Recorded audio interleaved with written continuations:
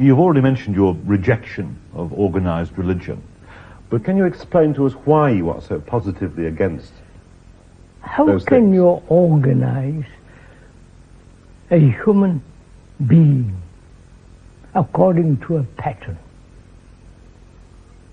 Whether it's a religious pattern, faith, belief, dogma, rituals, how can you shape man who is extraordinarily alive to a particular mode, like the communists are trying to do, the totalitarians are trying to force man to a certain way of thinking, which is so contrary to freedom. Freedom, I mean, man has always sought throughout history to be free. That was one of his urgent, constant demands. Not only from poverty, environmental ugliness and so on, but to be free from the sorrow, pain and anxiety and so on, those things. And how can any structured religious attitude give him freedom? So if you've rejected religion and you've rejected faith, what's your alternative? It's rather complex.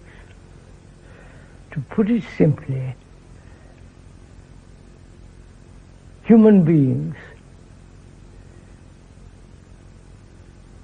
have been always self-centered, always selfish, to put it very brutally simply. And various religions have tried to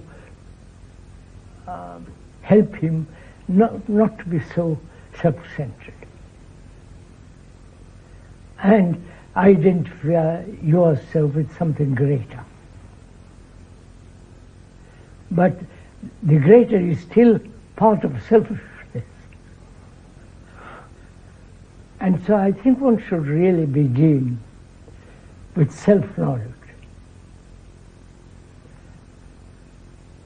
The ancient Hindus, long before the Greeks, have said, know thyself first. Because if you don't understand yourself, basically, fundamentally, whatever you do will still be the activity of illusions. So, know thyself. Not according to some philosopher or some psychologist, but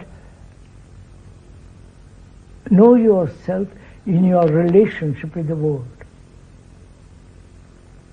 Not only the external world of nature, I'm saying this, not the ancient, not only your relationship with nature, but also your intimate relationship with whom you live.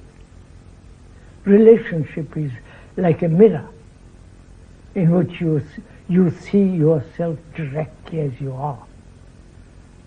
No pretensions. Watch your reactions. Understand your reactions and go beyond them. And it's much more complex. Human structure, human brain, human behavior, and so on. So begin with yourself. Is your system rooted in any religion? Is your method?